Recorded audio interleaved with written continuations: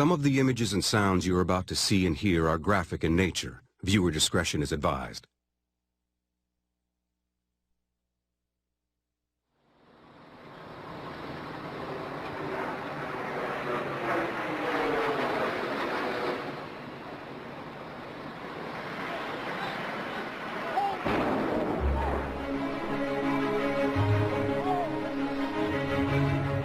The World Trade Center, tower number 1 is on fire. The whole outside of the building was just a huge explosion. And every available ambulance, everything you got to the World Trade Center. From my vantage point, I didn't see a plane hit the building, but I did see an explosion occur. My God, I can't believe it. When American Airlines Flight 11 crashed into the North Tower of the World Trade Center at 8:46 a.m. on September 11th, 2001, about 6,000 people were in the building. Unaware of what had happened, they used their phones to get information from the outside world and to make contact with loved ones. I want to say how much I love you. I think I'm okay, I'm safe now, but Smokey. The calls came from survivors. I'm okay, all right? Want to see you? I'm going to hold you. And they came from some of the 3,000 who never came home. John, it's me. I just wanted to let you know I love you, and I'm stuck in this building in New York. There's lots of smoke, and we just wanted you to know that I love you always. Some of these calls were recorded, and some are etched in the memories of those left behind. No, you can stay on the line. These calls and these radio transmissions, they show us through sound what we couldn't see with our eyes. Joe, that's a fire. That's love. I love you, Joe. I love you. I don't know if I'm going to be okay, Joe. I love you so much. The World Trade Center, tower number 1 is on fire. The deluge started almost immediately. There were 3,000 calls to 911, the emergency dispatchers in the first 10 minutes. And the calls kept coming in. We have numerous people trapped. The plane hit from the 93rd to the 99th floor, and it destroyed the stairwells in the 92nd floor. Yes, I had a call for the World Trade Center. Yeah. 106 floor. The man said the floor is on fire. Okay. And that's the windows on the world. One World Trade Center. 106 floors. At the top of the North Tower, 100 people were attending a conference at Windows on the World restaurant. Among them was Christopher Hanley, an executive for Radiance, a financial systems company. He made one of the first recorded calls to 911 that day. Yeah, hi. I'm on the 106th floor of the World Trade Center. We just had an explosion. The 106th floor? Yes. 106, okay. We had smoke, and it's pretty bad. We can't get down the stairs. All right. We had about 100 people up there. Do not leave, okay? There's a fire or an explosion or something in the building. All right, I want you to stay where you are. Yes. All right, we're there. We're coming up to get you. See the smoke coming up from outside the windows down? All right, we're on the way. Just sit tight. All right, just sit tight. We're on the way. All right, please hurry. Christopher was our only child. He was so special. To be able to have the 911 audio was really very important. The most emotional, poignant moment for me is when he asked him, "Please hurry," and "Thank you." All right, please hurry. To be able to have that Presence of mind. Under pressure like that, I thought was just remarkable. I was really proud of him. I mean, to be able to keep that cool and request, "Please hurry." I think that was his last words.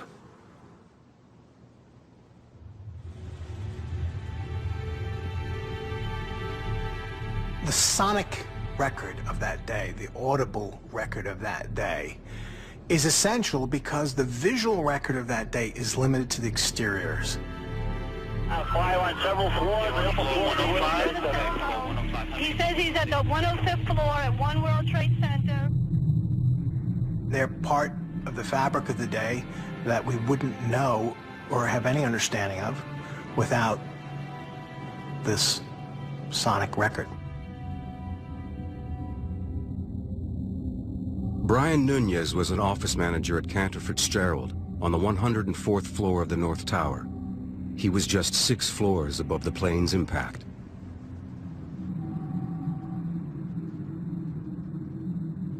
I woke up to my telephone ringing.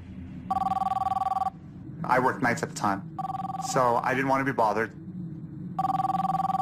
And then my cell phone rang again. And I'm like, I'm not going to answer it. First saved message. Neil, it's Brian. A plane crashed into the Trade Center. It's on fire, and I'm in it. And I can't breathe. Tell everyone I love them. I don't get out of here. Goodbye. End of message.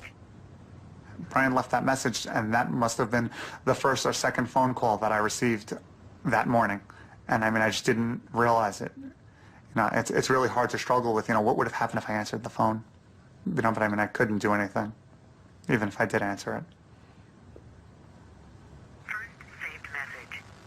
I keep the message on an MP3 file, so I have it on CD. I have it hidden away in a safe. I have it, you know, on every hard drive I have. I have it like everywhere, just so that nothing happens to it. It's Brian's last words. I don't get out of here. One of the reasons why recordings were made was so people could record their last words. You know, I mean, I think it gives me a little bit of guidance. I like draw from Brian's strength when I hear the message. Melissa Harrington Hughes was a business executive attending a meeting on the 101st floor of the North Tower. I just wanted to let you know I love you, and I'm stuck in this building in New York. There's lots of smoke, and I just wanted you to know that I love you always. Melissa was in New York for just one day. September 11th started like any other morning. Woke up, put a pot of coffee in. So I was making the bed and the telephone rang. Well, I don't usually answer the phone, but this morning I did. It was my daughter, Melissa. I knew she was in New York. She was only going to be there that Tuesday. When the merger was done, she was flying back to California the next day. I didn't know anything that happened at that particular point in time. Melissa was a little hysterical. I told her, honey, you have to slow down so that your father can understand what the problem is. She got her composure, said to me, Dad, I'm on the 101st floor of the World Trade Center and a bomb just went off. In my bedroom was a TV set. I turned it on, happened to be on CNN. I saw the fire, I saw the smoke. I was heartbroken. She told me the fire wasn't her major concern, but there was an awful lot of smoke. So I said to her, honey, I said, can you see an exit sign? She said, yes, Dad. And I said, well, under all the exit signs, honey, are stairwells. I said, you get to that stairwell as fast as you can and get out of the building. It was very unusual that people outside had almost a greater sense of alarm and urgency than the people inside who were in the dark. Families were seeing the billowing smoke and the flames licking up the side of the building. It was just a terrible responsibility for the people on the outside to have to say, it's worse than you think. In the North Tower, Michelle Cartier, an executive assistant, had just started her day. I just felt like this day was just not going to end right. It was just not going to be a good day. And little did I know that it would be a day that changed the rest of my life. Went to work that morning, worked at World Trade Center 1 for Lehman Brothers. We were based on the 40th floor. Started going through my emails. It was a normal routine, preparing for the day. And the next thing I know, the building moves. And I could hear the computers sizzling. Then the whole floor just evacuates. Michelle's brother James was also working that day in the Twin Towers, but in the South Tower. In his job as an electrician, James Cartier moved between different floors. The only thing that I wanted to do was to find out where James was. Even though he was 4 years younger, he always had that older brother role in taking care of everybody. As part of a large, close family growing up in Queens, James used to go biking with his older brother, John. John was teaching James how to ride the motorcycle, so they shared that passion and love for the motorcycle. John was working nearby when James called him from the South Tower. He called me to say that Tower 1 had been hit by a plane. He could see the smoke, and that Michelle, my sister, was in Tower 1, and he didn't know what floor she was on. So, you know, we immediately went into, you know, family mode, you know. And I said to my brother James, had I known it was my last words, I would have probably chose better words. But, you know, I just told him I'll meet you on the street and I'll be there.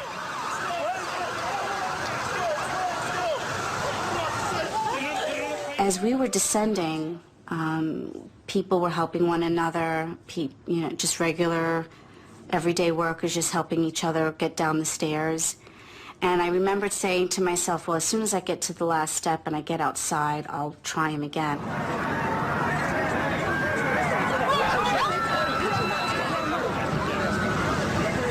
All of a sudden, in this crowd of thousands of people, I look up and I see my brother John.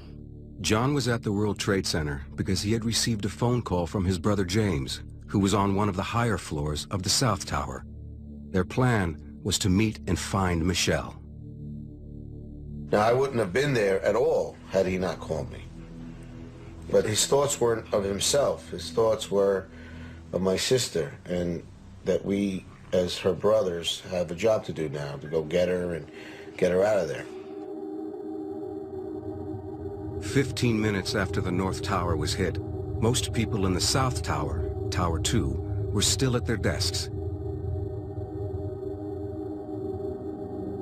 Brad Fetchett, an equities trader, was one of them. Hey Mom, it's Brad. Just wanted to call and let you know, I'm sure that you heard that a plane crashed into World Trade Center 1. We're fine, we're in World Trade Center 2. I'm obviously alive and well over here, but obviously a pretty scary experience. I saw a guy fall out of probably the 91st story all the way down. So you're welcome to give a call here. I think we'll be here all day, but give me a call back later. Love you. He was trying to reassure us that he was okay, but you could tell as he cleared his voice when he talked about seeing someone fall from the 91st floor that there was a lot of fear in his voice. It's available anytime I want to play it back. It's there. I hear it, and I know it, and I'm still very fragile to listen to it, and so I'm comforted to know it's there, but I don't listen to it. Charlie Carraher, a systems analyst for Morgan Stanley, worked on the 68th floor in the South Tower. I just backed up my chair and looked out, and I could see like the window looking out over New Jersey, and it actually looked like snow. There were so many pieces of paper, it actually looked like snow. There's a group of about 10 of us standing, looking north towards the Empire State Building, and there was like a lot of smoke. It was almost like clouds, and all of a sudden this person pops out of it, and he just made it look so easy. He seemed so calm. He just like looked to the left, to the right, and then two people jumped. And as the lady passed by the window, she made eye contact. You could see through the windows, and that really spooked me. I mean, you can communicate a lot by just, you know, with your eyes. And I had to get away from the window. They started, you know, making a choice, you know, burn to death at 2,000 degrees or jump.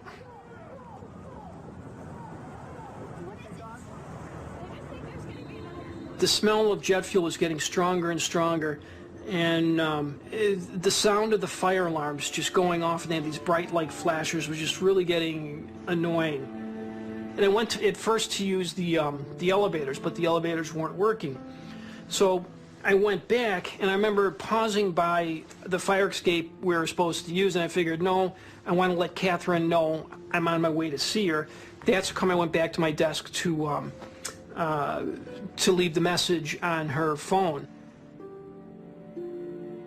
Hi, Catherine. This is Charlie. I'm okay, all right?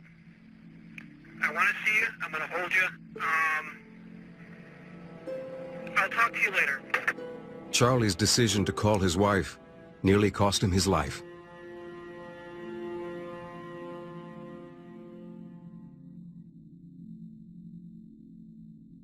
"22 floors above Charlie Caraher was Shimmy Beagleisen, a vice president at an investment management company.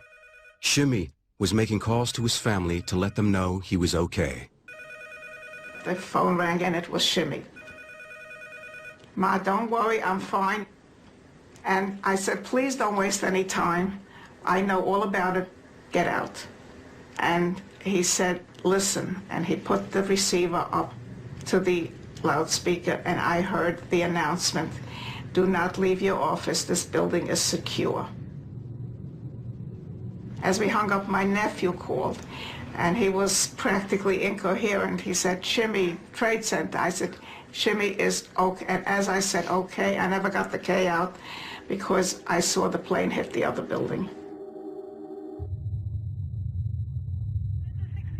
We just got a call. The caller hung up, but he said a new explosion just happened at 2 World Trade Center. You have a second plane into the other tower, the tower of the Trade Center. The little plane. When the second plane hit on live TV, what dawned on the world is that it wasn't an accident. It wasn't a plane just flying too low, that it was a deliberate attack on the World Trade Center and on America. 17 minutes after the North Tower was struck, United Airlines Flight 175 crashed into the South Tower.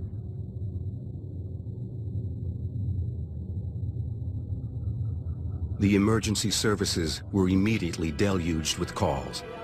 Some 700 people were trapped above the impact zone. Commander Fort David to Lieutenant, dispatch. Yes, Hi, Major disaster at 2 World Trade Center. They're requesting everything possible.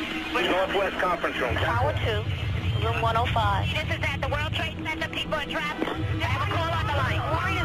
What are you on? They're not answering. We're getting millions off West Conference room. All I can tell you to do is stay near the window, stay low, put the tower by the door. The firefighters in the city are on their way over there. They'll get to you as soon as they can. The message that Charlie Caraher left for his wife, Catherine, records the moment the plane hit the second tower. If you listen to the message, it was like, I didn't even get my name out before the plane hit my building. Hi, Catherine. This is Charlie. I'm okay, all right? I want to see you. I'm going to hold you.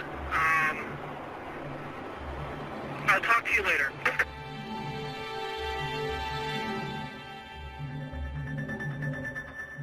Just the whole thing changed. It just millions of things raced through your head. It's just unbelievable.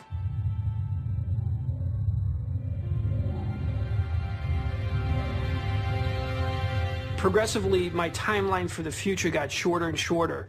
And by the time the plane hit, I was only thinking of, 45 seconds ahead. Can I get to that door? Can I get to this door?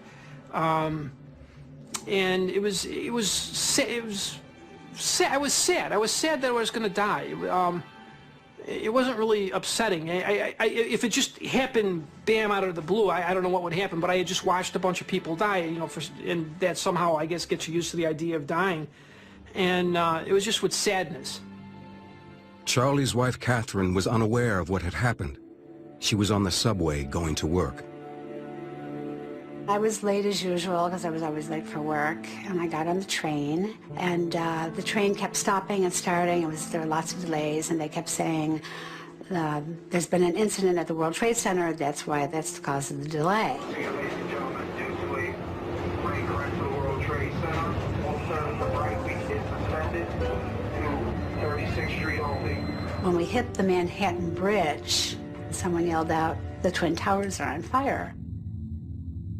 And I panicked. I definitely panicked. I told everybody in the car, my husband's in that building, I've got to talk to him. And so everybody gave me their phone. I used everybody's phones, and no phone would work. And we're all just glued to the windows watching it. I mean, they were right there. You could touch them practically. We had fire drills, I think, once a month. A guy would come out and he'd say, this section uses this staircase. And I went to that staircase and it didn't exist anymore. First of all, the building was on a slant where I was. It was like walking in what we call like a fun house. You know, everything looks right, but it's on an angle. And then when I got to the fire escape section, it was like a fire door with a window you could see through, and there was like I-beams hanging down. It just walls not there. I couldn't. The fire escape was the door going down the building was maybe 10 feet away from the door. The fire door, and there was too much debris in the way. There was no way I was going to get through it. And I remember seeing these crack on the wall. It was actually like, moving. And the floors, even on that side in the fire escape, were slanted. And it was really weird. I didn't see a soul. It was in there. It was completely empty.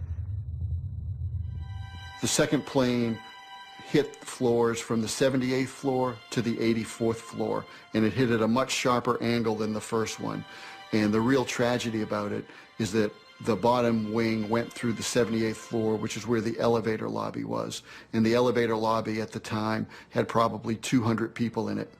And it was a scene of incredible carnage. I understand that, sir. I understand that. All right, we're trying to get to people as fast as we can. Brian Clark, a 54-year-old executive vice president at investment company Eurobrokers, had worked in the World Trade Center for almost 30 years. We had lived through the 1993 bombing, and the fact that something had happened catastrophic, let's call it, next door, and 15, 17 minutes later, the same thing in the South Tower, I knew in that instant that it was terrorism.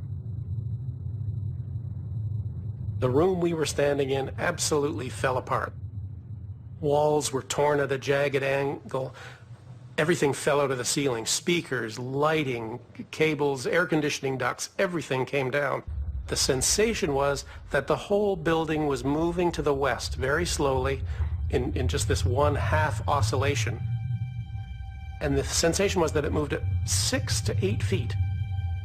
My instinct was that I have a responsibility to try and get people off the floor. Brian's training as a volunteer fire marshal would prove to be crucial. There were 6 or 7 other people in the room with us, and I led them into the corridor. And we went to the center core. In that one hallway, there were no stairways. I had a choice to go to my right to stairway C, forward to stairway B, or left turn to stairway A. I, for unknown reasons, just felt this nudge and turned to my left and found stairway A. Meanwhile, Diane, Brian's wife, learned of the attack by watching the news. Unfolding in New York City. Both towers of the World Trade Center have apparently been hit by aircraft. She wasn't worried because she thought he worked well below the impact zone. She and Brian had been married for 31 years. We actually met when we were in the first year of high school, and it was very apparent to me by the time I finished high school that Brian was the person for me. Diane and Brian have 4 married children. Our son Tim called, and he was at work. I said, "Don't worry, Tim, because Dad's not. It's hit way higher than Dad is." And Tim said, "Mom, Dad's not on the 31st floor. He's on the 84th floor." And then I realized, I could see it so clearly, that the plane had come in just about at his floor. But Brian's office on the 84th floor was on the other side of the building from the plane's impact.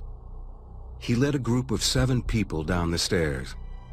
At the 81st floor, they met 2 people coming up, trying to escape the thick smoke below.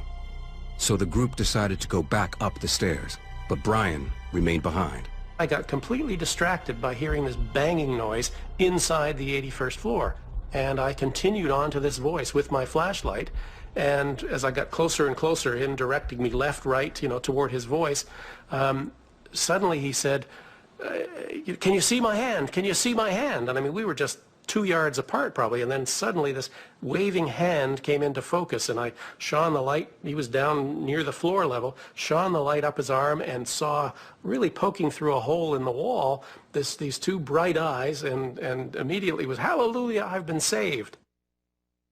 Stanley Premnath was buried under heavy debris, trapped there when the second plane crashed into his South Tower office on the 81st floor. 2 of the stairways were blocked and could not go down. Stairway A was on the far side of where the plane had crashed in. It had hit in the floors where the elevator equipment was. And the World Trade Center had this mammoth elevator engines, and it literally stopped the impact of the plane, and Stairway A was on the far side. And that survived the impact zone. When we got out onto the 81st floor landing, of course everybody else had gone up, but my instinct was, I want to try. I want to see what's down there. And I shone my light down the stairs, and there was some smoke coming up. And we dug our way through rubble for several floors, mostly drywall that had blown in on the stairs, but in the darkness you weren't 100% sure what it was. We slid some because there was water flowing underfoot. And by the 78th floor, as we passed that floor, the wall was cracked and there were little flames licking up inside the wall. And we kept going. It got a little better on 77, and by the 74th floor, we broke into what I would call almost normal conditions. Fresh air, lights on. In the South Tower, anyone below the impact zone between the 77th and 85th floors were getting out, if they could. Stanley and I continued on down until we got to the 44th floor. We went in there, and in the middle of that floor, which is like a long hotel lobby, if you like, that runs the entire length of the building, there was one security guard in gray flannel slacks and his blue blazer, and he looked at us quite excited. He said, "Do you have telephones?" And both of us said, "No, we don't have phones." He said, "Oh," he says, "my phones don't work." He said, "But I'll stay with this man," and he kind of backed up. And there was a man, a Caucasian, massive head wounds, back wounds, semi-conscious, lying on the floor. How he got the injuries, how he got to the 44th floor, I don't know. But the security guard said, "I'll stay with this man, but you must promise me to get a medic and a stretcher to the 44th floor."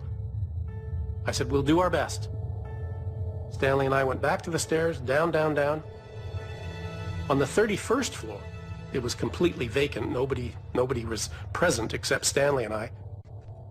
We got into their conference room, and I picked up the conference room telephone and got dial tone.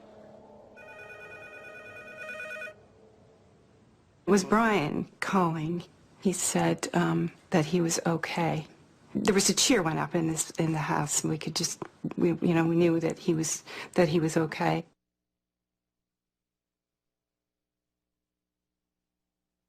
Some of the images and sounds you're about to see and hear are graphic in nature. Viewer discretion is advised.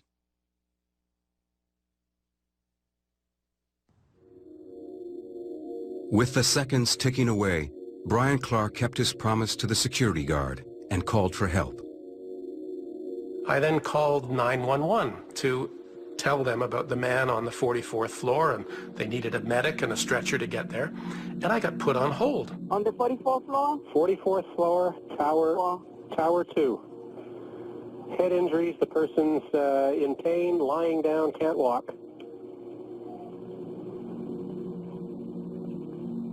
Can I not leave you with that message, please, and just me begin walking down again? You have to talk to EMS. Hold on. Oh, dear. Okay.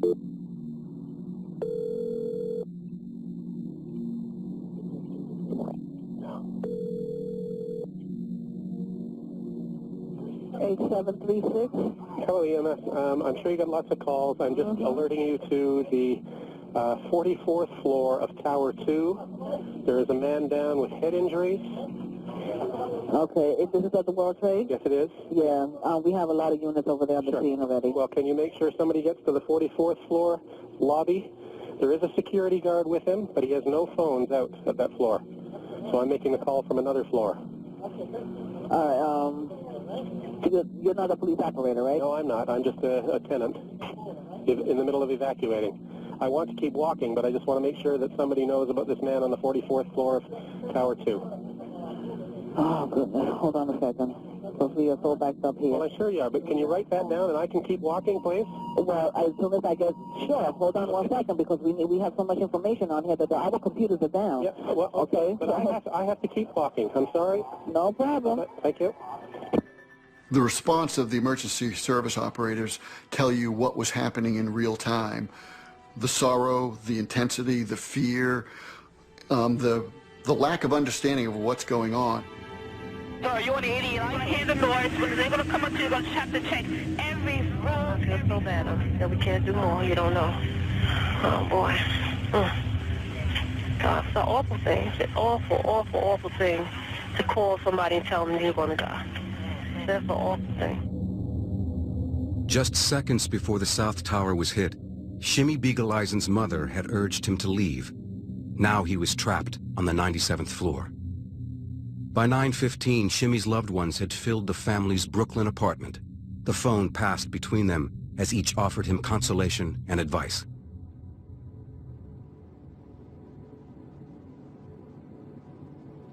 We had Shimmy on the phone. We were trying to find different ways how to calm him down and relax him, possibly about different ways of maybe getting out and trying different exits. At one point when I was talking to him, he shared a few private things with me. He asked me to look after his wife and children. And all this time, I was able to hear in his voice that the situation was becoming a lot worse. There was now fire and dense smoke above the impact zone, and those trapped there began to panic. Shimmy's best friend, David, called to try and calm him, keeping 911 on the other line. Shimmy? Yeah. Just hang in there. Just breathe slowly through the towel. You breathing through the towel? It's fine. Okay, it's fine. Everybody's fine. Everybody's very calm. Everything's going to be fine. You have to stay calm. Everybody here is calm, I promise you. The girls don't even know because they're in school. The parents are here. They're very calm. Just keep your head straight. Okay, do you see smoke by the window? The fire department wants to... You can't see? Do we see smoke by the window? The fire department wants to know. No smoke by the window. No smoke by the window. Listen carefully. As a last resort, break the window as small as possible just to get a little air in. Okay, but you follow? Yeah. Okay, how's that? They said the last resort we should open the window just a little bit to get some air in. Can you open the window or you have to break it? Yeah. Huh? You have to break it. Yeah? Okay, Shimmy. Yeah. Break the window. Break the window. As little as possible. Just get a little air. Just get a little air. If you're running out of air, If you're running out of air, we should do that. Okay. Okay? I'm very grateful that he was able to spend his last moments speaking to the people who were closest to him. At the end of your life, I would imagine you want some sort of comfort, and I hope, and it seems from what everyone has told me, that he was given that. That's all I could hope for.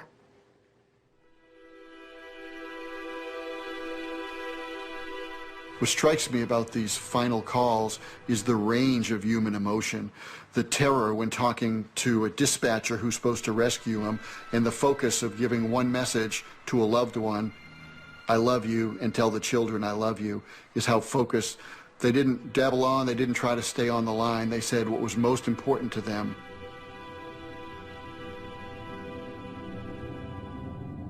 Stephen Muldery was a 33-year-old equities trader working for an investment company in the South Tower. September 11th. It was a beautiful, beautiful day, as everyone always will remember, I know. I was very pleased to be going to a yoga class around the corner in the village hall. And at the end of the class, I walked home. And when I came into this house, there was a blinking light on the answering machine, and I had 6 messages. Not the usual thing. And one of the messages was from Stephen. Mom, it's Stephen. My plane, my building got hit by a plane, and right now it's, I think I'm okay, I'm safe now, but it's smoky. I just want to say how much I love you, and I will call you when I'm safe. Okay, Mom? Bye.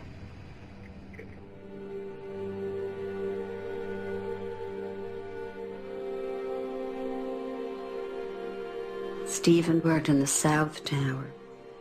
He was on the 89th floor. He said that he was going to call me and that he was going to be all right. There were messages then from people calling to say, Anne, are your children all right? And then there was a message from my husband, and he said, promise me you will not turn on the television. And that was an easy promise to make. Family came, girl, boy, girl, so there was a little triumvirate at the top. And then 4 boys came in a very quick succession. And Stephen was the third of that group of 4. I just went out in the backyard and I sat in a plastic, you know, those $5 plastic chairs under a tree, and with the phone in my lap, preparing myself for what I would need to face. Northwest corner. Okay, now, you get soaking wet towels, and you can put them at the doorways. Families often have a map in their minds of where their loved ones are in the world. You know, if somebody in your family is working at a place that has now become the center of all the world's attention, and there's a calamity unfolding, in your mind, you're trying to place your loved one. Where are they in relationship to this terrible series of events that's unfolding? Jim Gartenberg, a successful real estate executive, had recently accepted a promotion at a new company. September 11th was Jim's last day working at the World Trade Center. Saying goodbye, I love you, is the last thing I can remember. Seeing him walking out the door that morning on September 11th. Jill and Jim had been married for 7 years. Their daughter Nicole was 3 years old. I went to work soon after he did, and my office is very close to our apartment, so I just walked the few blocks. When I got there, there was a message light blinking, and I listened to the machine right away. Jill, there's a fire right there. I love you, Jill. I love you. I don't know if I'm going to be okay here. I love you so much. And that was, I didn't even know what that meant. I listened to the message actually several times because I wasn't really sure what he was saying. I couldn't believe what he was saying. Just a minute later, I spoke to him. Unlike the message on the machine, which sounded frantic, when I first spoke to him, he sounded very calm, very controlled. He said to me, I'm going to be okay. You know, there's a fire, but I'm going to be okay. And he said I said, stay down low. I mean, right? What we learned, stay down low if there's a fire. And he stayed down low, and he was hiding behind a desk, and he was trying to call for help, and he had no idea what was going on. In Chicago, Jim's closest friend Adam had just arrived at work. I turned on CNBC, and they said, you know, we go live to the World Trade Center, and there was smoke coming out of the building. The first thing I did was call his office. He picked up the phone right away, and he had a a voice that I'd never heard before, and it was, you know, just utter panic and fear and expletives. There's fire, there's smoke everywhere, there's debris, I can't get out. You got to get me out of here. He had asked what happened, and he didn't know, and I didn't know. Jim was 6 floors below the point of impact. He was trapped by falling debris. His comments were then real calm. Okay, what are we supposed to do? And I told him, there's fire and it's going up, you need to get down. And he said, I can't go anywhere, the stairs are blown out below us, you know, the debris is too heavy, we can't move anything. At this point, a half hour had passed. Having spoken to his wife Jill and best friend Adam, Jim now wanted his predicament to be known to the watching world. He managed to make contact with a reporter at the New York Times, Jim Dwyer. I spoke with him several times that morning, and I was trying to understand what his predicament was, why he couldn't get to the stairs or why he couldn't get to an exit. And he said that, you know, the walls were cracking and folding over, and he couldn't get to where he needed to be. Mr. Gartenberg seemed to be very directed, very focused. I mean, he was, you know, there's a sense of great urgency in his voice, but I didn't feel like he was panicking. He wanted people to know where he was and that he couldn't leave the building. Happy birthday to you. Happy birthday to you. Nicole. Yay. Yay. Are you taking me in picture? Jim has always been a leader. And I think that showed through on that day.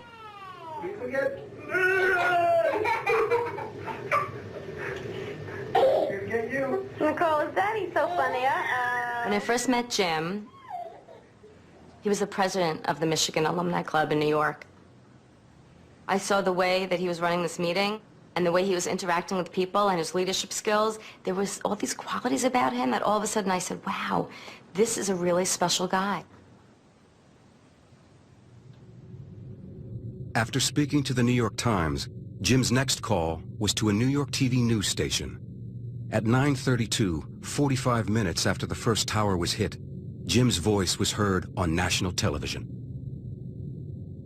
Jim Gartenberg joins us. He was on the 86th floor of, I'm not sure which tower. Was it the north or south, Jim?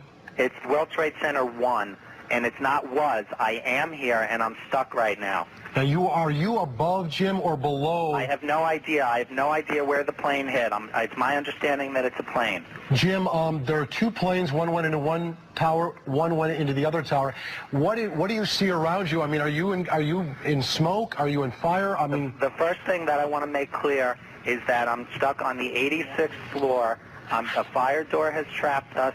Debris has fallen around us, and part of the core of the building is blown out. How many people are with you, Jim? I'm with one other person, and I'm told that people are aware of this. I'm on the 86th floor on the east side of the building facing the East River. And what time did you get... If I'm on the air, I want to tell anybody that has a family member that may be in the building that the situation is under control for the moment, and the danger has not increased. So please, all family members, take it easy. I got a phone call from a friend of mine on my cell phone saying, Jill, Jim's going to be okay. He was just on national television, and he said he's going to be okay. She told me what he said and how confident he was about it. They broadcast his voice. I still have tapes of that and listen to it, and it's eerie. The voice that I hear on that is not his, and it's just so odd as far as the voice is concerned. But his message was unbelievably calm and brave and stoic. Having seen that was just a tremendous tribute. I think for a lot of people to be in crisis mode, they would just sit there and scream.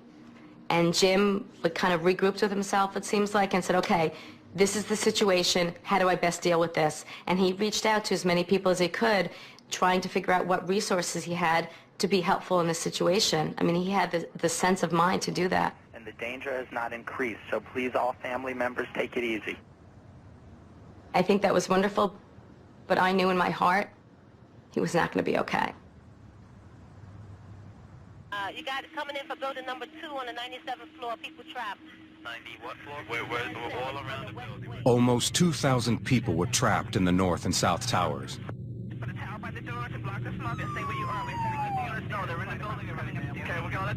Firefighters from across New York were sent to the scene.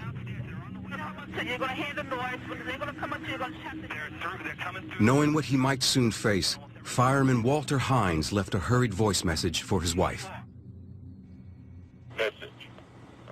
Hi, Ron, it's me. Just want to let you know I love you and the girls. Tell my mom we're going down to that trade center thing, the second plane that just crashed into that building.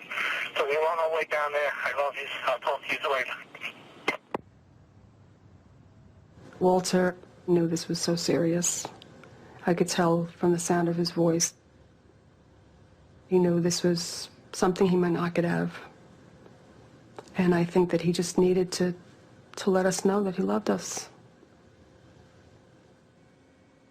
The voice message that Walter left is still on his business phone, which I've kept in his office. I've probably listened to the message hundreds of times. Everybody has told me that has lost loved ones that you lose the sound of their voice, that you can't remember the sound of people's voices after they've gone. And I tend to think that that's true. I think it's a good reminder to have Walter's message for my daughters, that they can continue to hear him.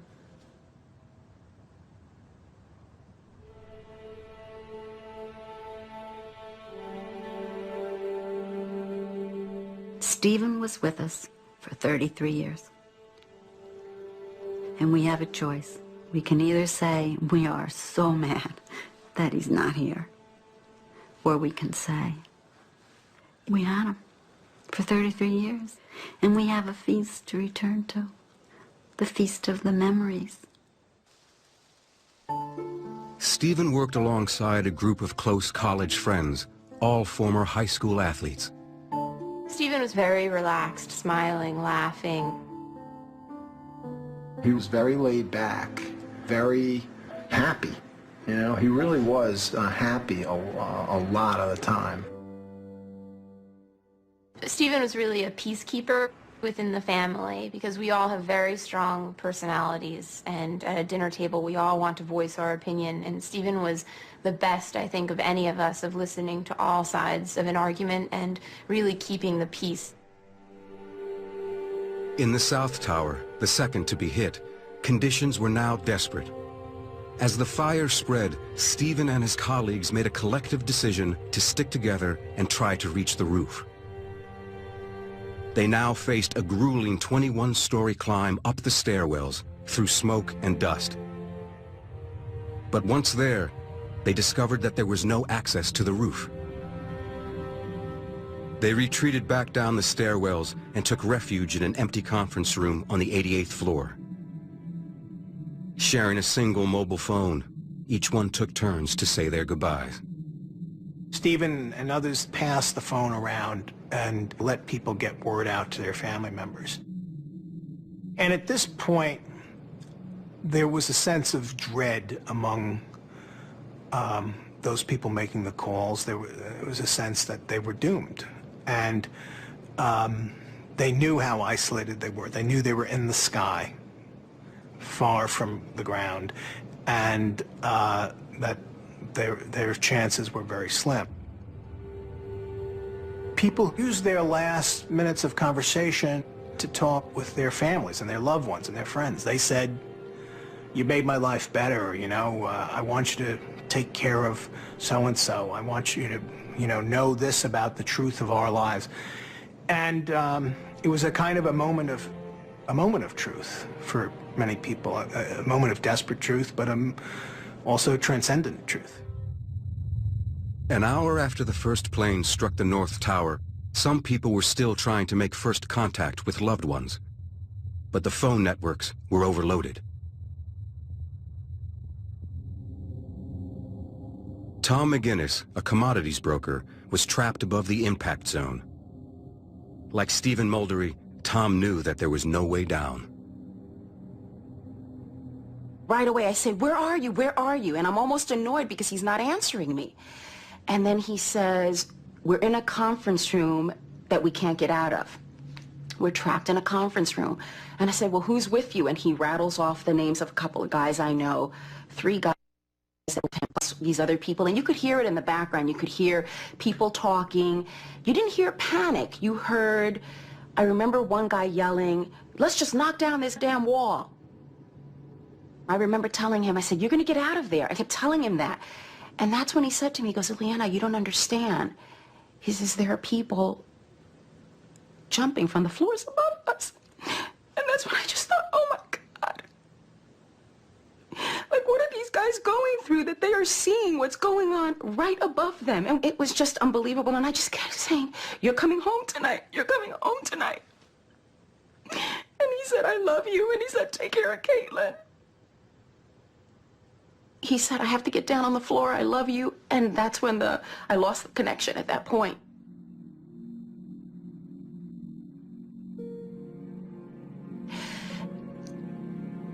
There is a great comfort in the fact that I got to talk to him. And the funny thing about that comfort is it was not a great comfort that day or even, weeks later. But it's a great comfort now. It was a great comfort months later. And the reason it was a great comfort is because, it's not so much for me, but I feel that it was for him. It was his chance to say goodbye, his chance to say, "Take care of Caitlin." He said, "It'll be a miracle if we get out of here." He knew he wasn't going to get out.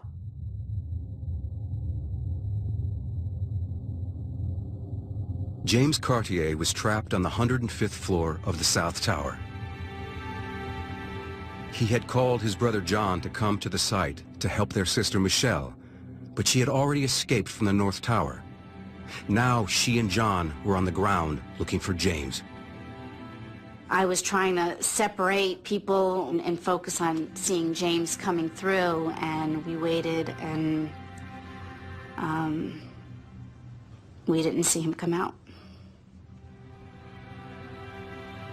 For the people on the upper floors, they really did have the knowledge that they were going to die, which is unusual. Even when you have disease, you have time to reconcile with it.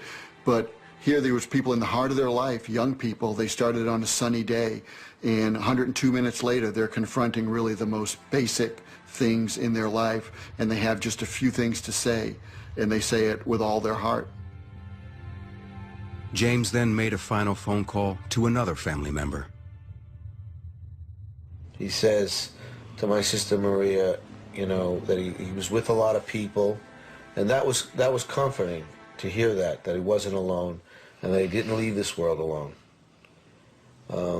He said that they were looking for a way down and they couldn't find a way, but they were still trying. And he turned and he says, the last thing he says to my sister, he says, "Tell Mommy and Daddy that I love them. Tell everybody that I love them." And then, all the debris is falling around us. But at the same time that both my sister and myself were running for our lives, my brother was losing his. By 10 o'clock, the rescue operation had made very little progress. The fire department had been plagued by malfunctioning radio receivers within the towers. Inside on the stairwells, firefighters were unable to communicate with each other. But that silence was about to be broken. Someone was able to make the radio receiver work, and we have a remarkable, illuminating document of the effort to get up to the high floors in the South Tower. This is Battalion 7 on floor 40 of Tower 2. We got one elevator working up to the 40th floor, staffed by a member of Line 15. The man who repaired the radio receiver was 45-year-old Orio Palmer. As chief of Battalion 7, Palmer was amongst the first to arrive at the scene. As he entered the South Tower, he single-handedly fixed an elevator and took it to the 40th floor, halfway to where almost 700 people were struggling to stay alive. And then he started to climb on foot. And because he was a very, very fit man, he was able to make tremendous progress. He had run marathons, he ran half marathons. We're on the 43rd floor. There's stairway B. What floor should we try to get up to, Orio? I'm up to 5'5". He went 12 floors in 10 minutes, wearing all the bunker gear, which is 50 or 60 pounds. We're going to have to hook it. I'm on 69 now, so we need to higher back, please. These stairway walls have been compromised on 73 and 74. The walls are breached, so be careful. Okay. When I first heard Orio's voice on the tapes, you can tell he knows he's in a race against time. Orio's conserving his oxygen, he's conserving his energy. That's why there's not a lot of chatter on his part on the tape.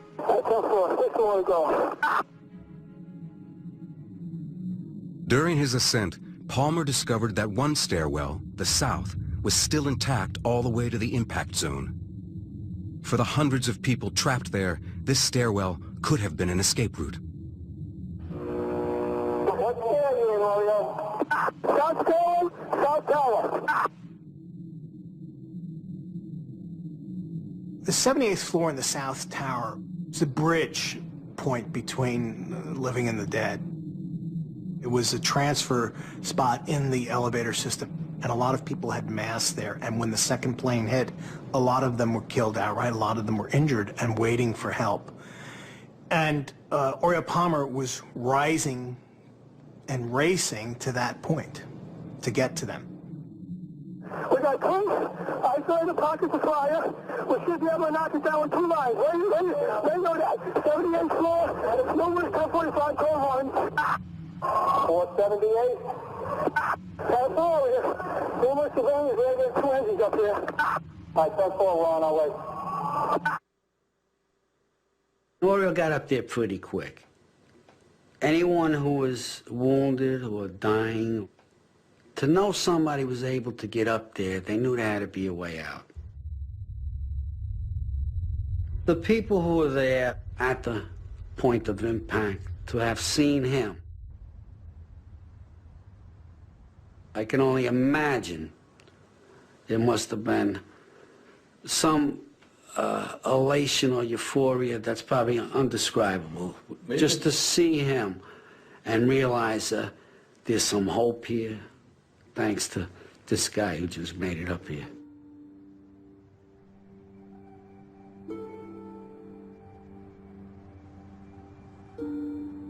When I heard the tapes, you were watching a screen with all the words on it, but with a digital countdown, so you knew exactly what was coming. You knew the exact minute that the towers were going to go down. And you can't help but feel like you want to jump out of your seat and say, hurry up and get out of there. You know, you have 1 more minute before it comes down. And that's the hard part. That was the hard part. I was not surprised when I heard that Orio had made it to the 78th floor. He made it up to the point of impact, and it's amazing. He left a story behind. My kids will have it, their kids will have it, and I just feel that it's to honor his memory and the person that he was. 7 minutes after Orio's last words, the South Tower would collapse. Major collapse of Tower 2, and we lost the field comm totally.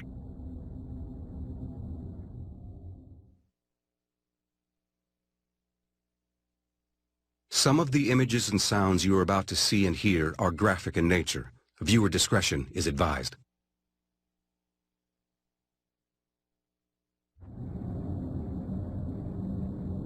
There is one phone call from the tower that captures the horror of the event.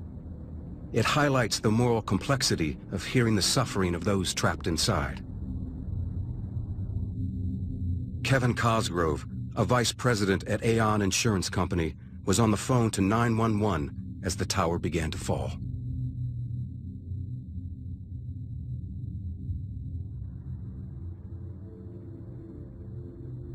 Kevin was a wonderful father. He was mostly here for his kids, and they are better for having had him for a dad. Looking at his children, his presence is there in his children, our children. It's not that I can communicate with him at all, but I always feel his presence.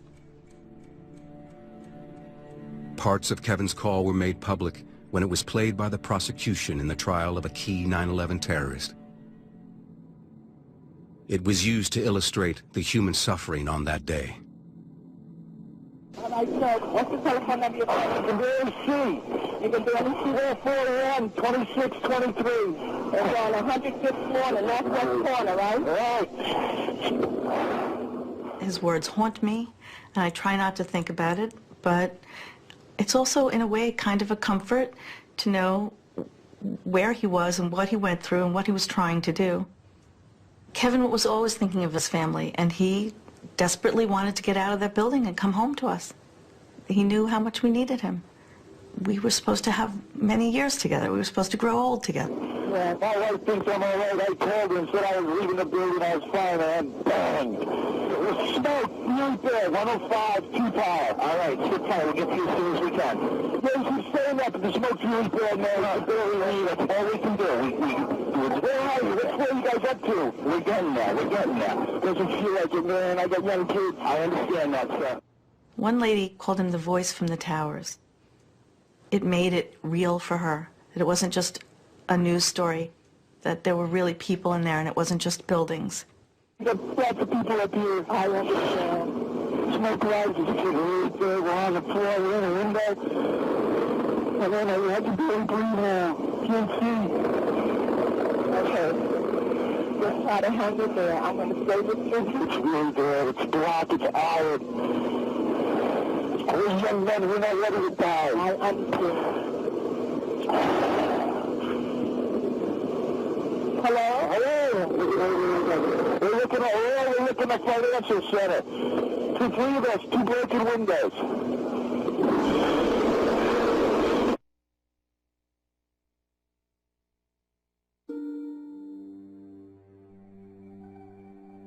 Kevin would take Elizabeth on the bike and go for rides, and he took her to a playground. And after he died, Elizabeth said to me, "Mommy, can you take me to the secret playground?" And I said, "I don't know where it is."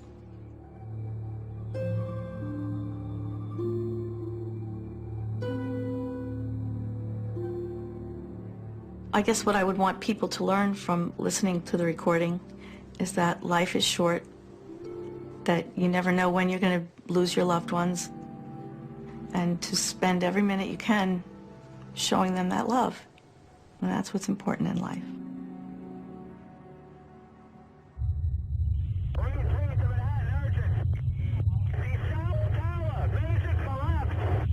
Tower 2. George, have them mobilize the Army. We need the Army in Manhattan. After 62 minutes, the South Tower, although the second to be hit, was the first to fall. Almost 1,000 civilians and uniformed services people died. They included Kevin Cosgrove, Orio Palmer, Brad Fetchett, Shimmy Beagleisen, James Cartier, and Stephen Muldery.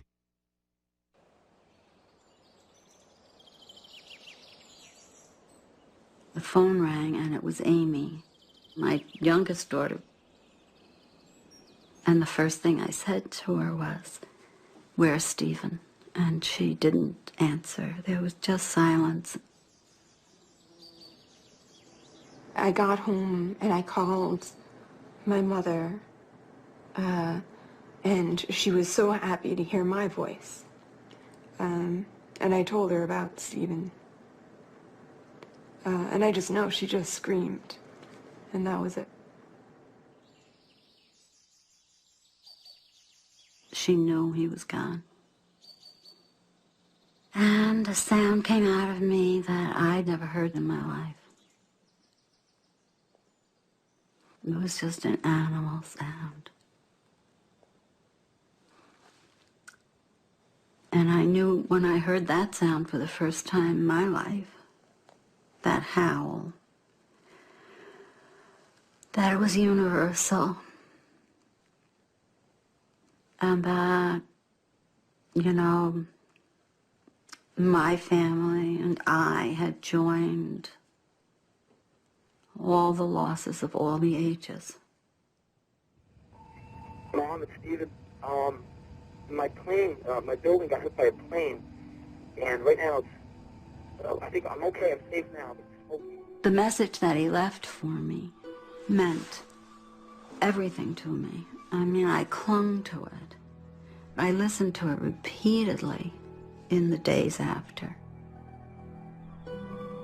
But I did put it aside at a certain point and say that I would not continue to do that. I think I'm okay, I'm safe now. And a very odd thing happened, and it is that as time went by, I created a new message that had never been left. I added to what he had left, thinking he had left it. In his message to me, he said, "I'll be all right, and I will call you." In the message that I then began living with, you know, maybe a year after, was, "I'll be all right, and you will too." I made him say it in my memory over and over and over again.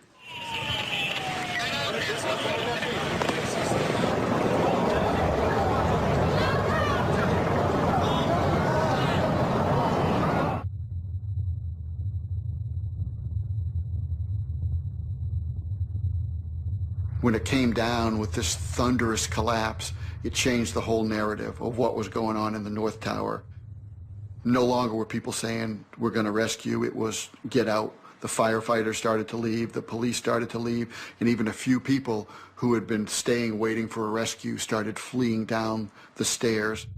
After the collapse of the South Tower, those still trapped in the North Tower had no idea that their fate was sealed. One of them was Jim Gartenberg.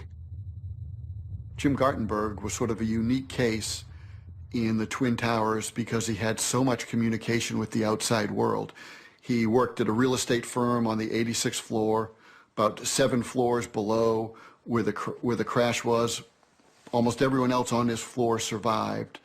And he talked with his wife, he talked with the ABC news station, and he reported that the walls had collapsed around him and he didn't have access to the stairwells. Jim Gartenberg joins us. He was on the 86th floor of, I'm not sure which tower. Was it the north or south, Jim?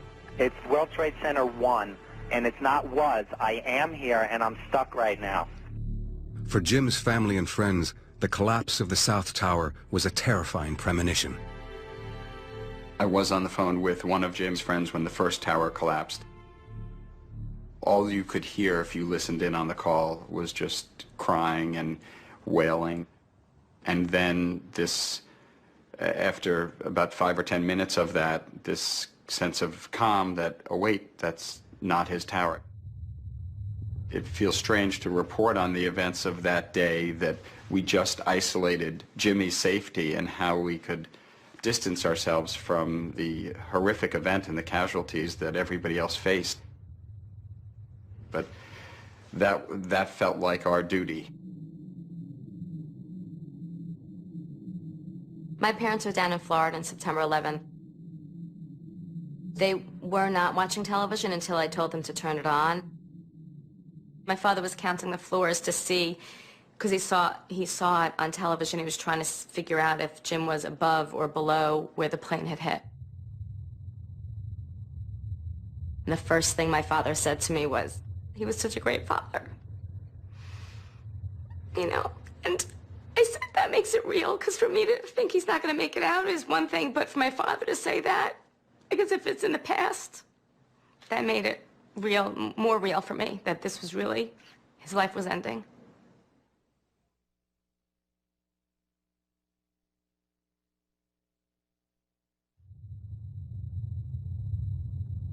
At 10:28 a.m., 102 minutes after it was hit, the North Tower fell. Almost 3,000 civilians and uniformed services people died that day.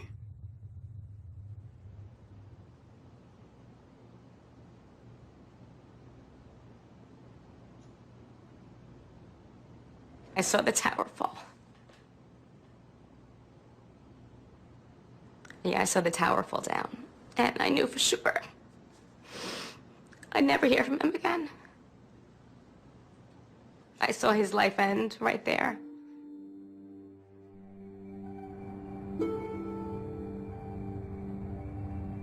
Melissa Harrington Hughes, a 31-year-old business executive from San Francisco, was in New York for just one day.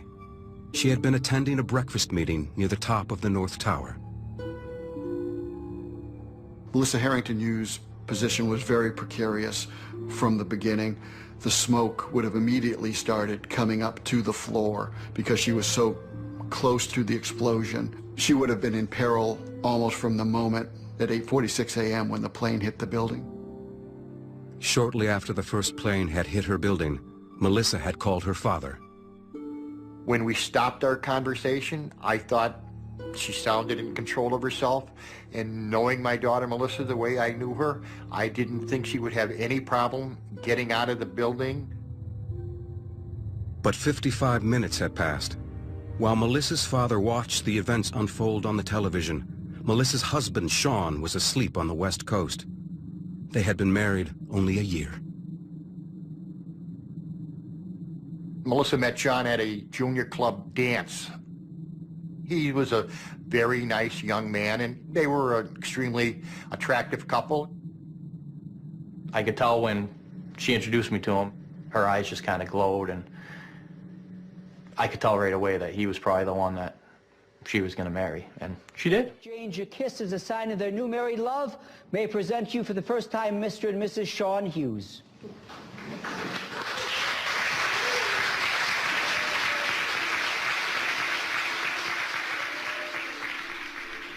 Melissa's final phone message was to Sean. John, it's me. I just wanted to let you know I love you, and I'm stuck in this building in New York. There's lots of smoke, and I just wanted you to know that I love you always. When I heard her message to Sean, I heard in her voice hopelessness. She was telling Sean that this is it, Sean, for me, but I'll love you forever, buddy.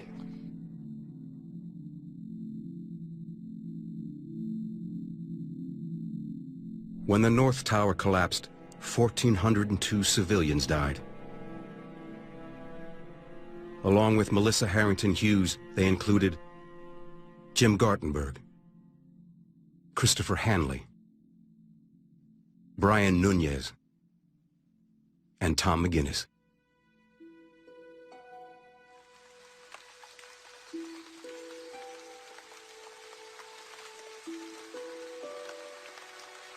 Diane Clark had last talked to her husband 25 minutes before his tower collapsed.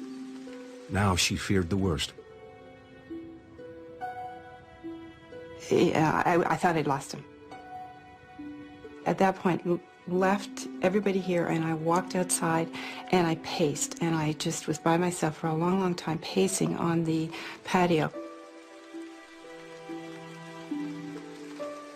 Amazingly, Brian Clark was one of only 4 people to escape from the floors above the impact zone in the South Tower. He and Stanley Premnath got out with only seconds to spare. It took 8 or 10 seconds for it to dissolve in front of us, but in this cloud of dust, and we just stared, not understanding really what had happened. Trinity Church between us and the South Tower almost acted like a seawall, and so the white cloud hit that church and exploded upwards. And it was almost above us when we realized we had to run.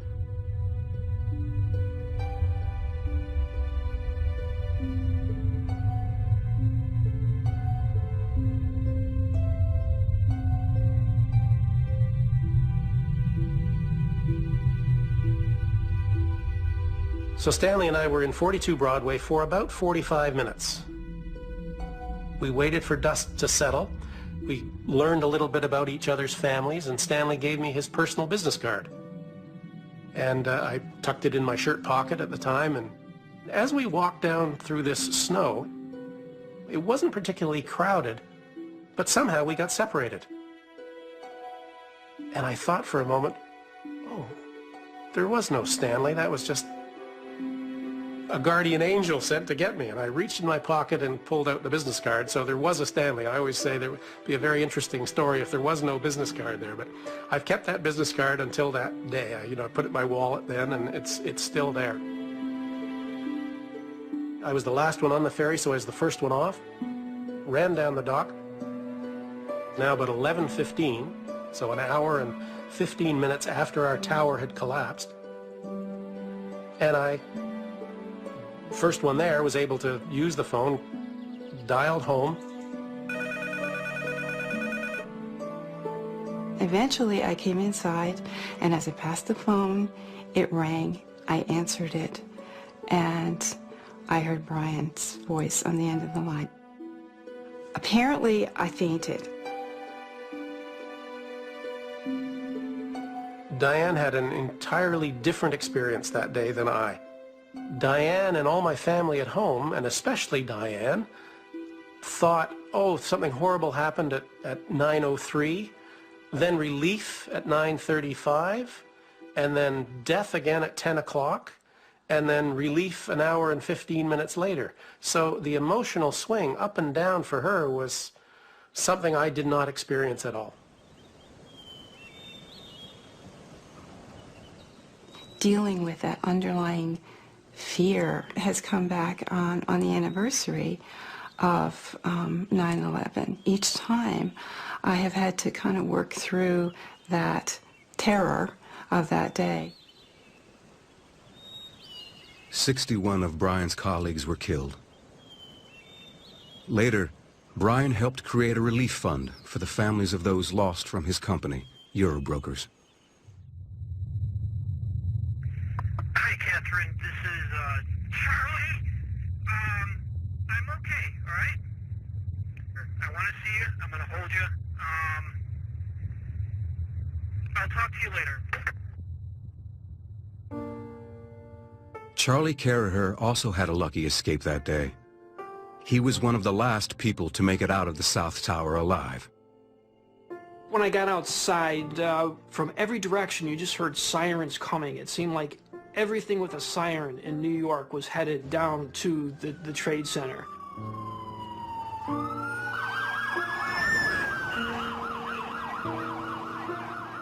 That sound was overwhelming. That sound, you'll never hear anything like it again. You'd have to hear like 100 sirens go off at once.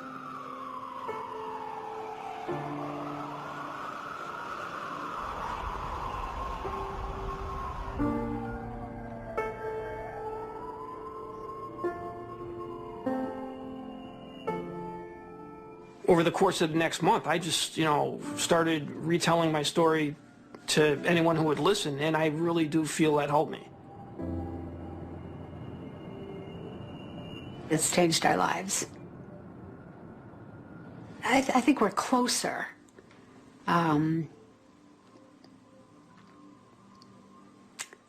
He knows I love him.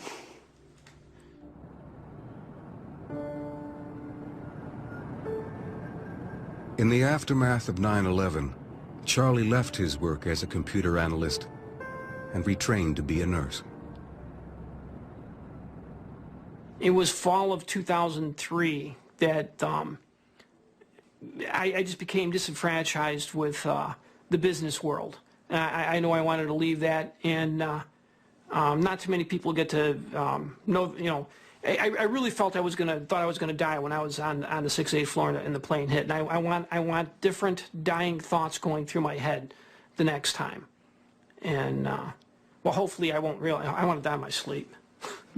In this bed next to you, and I'm going first.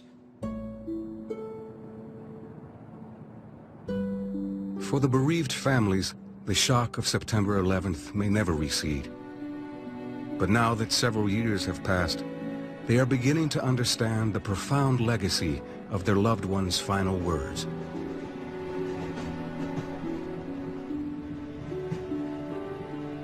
The world doesn't stop for every tragic loss of life. And, you know, I kind of wish the world could. The world gets too busy. And I understand. You can't. You'd be in constant grieving. It's too easy for me to fall into a place where life is only about endurance. And I think that's a very poor way to live life. It's ignoring all the gifts you're given. And I didn't want to be that way. I didn't want to be that way. And, you know, I can say that I don't think I have.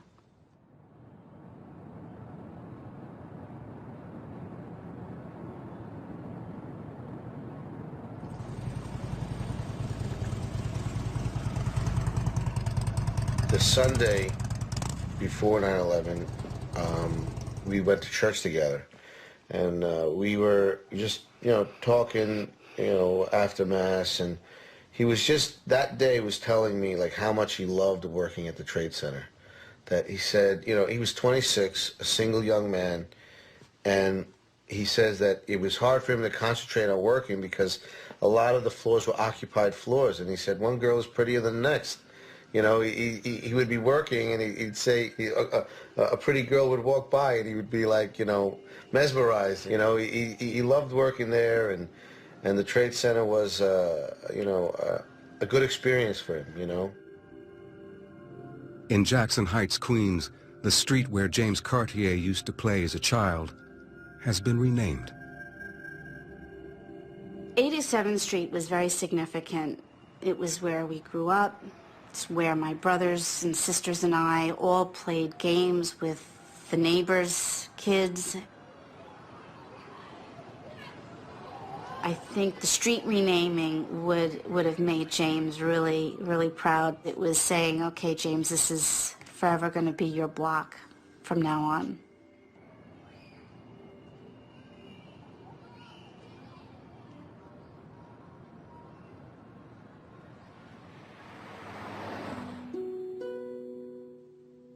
I was the last one from the outside world to talk to Melissa. We were able to say how much we loved each other, and I think of it constantly, all of the time. Ever since Melissa's passing, I don't want to put a good spin on it, but it's changed him. It's made him more aware of things, I should say. He's more loving man now than he was before. Didn't show his feelings as much before, and now he does. Like with my son, who was, coincidentally, which was kind of fate, I would have to say, was born on September 11th. When you leave the face of this earth, all you leave are your children. That's your legacy. Melissa brought a lot of joy into our lives. My inner peace with Melissa's death might come from the fact that I spoke to her. I find a lot of pleasure knowing that Melissa called me, knowing that we were able to say our last goodbyes, basically. I got to talk to Melissa in person, I'll take that to my grave. I want to tell anybody that has a family member that may be in the building that the situation is under control for the moment. So please, all family members, take it easy. We found nothing of Jim. He was completely destroyed. So the fact that I've spoken to him means so much to me. Wow. open this? It says, Nicole, this was my favorite toy when I was 2. I hope you like it.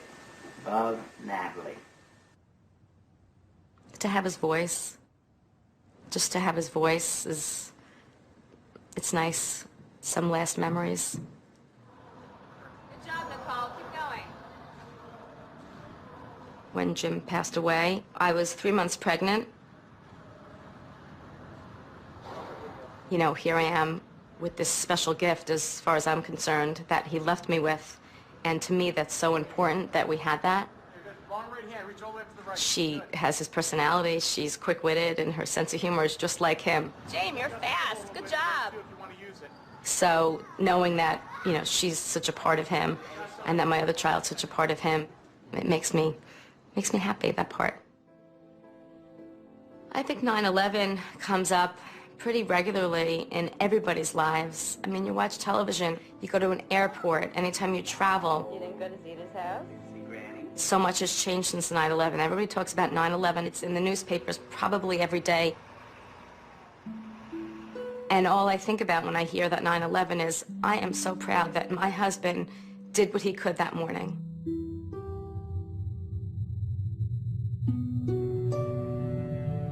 The question really about the Trade Center is, what are our memories made out of?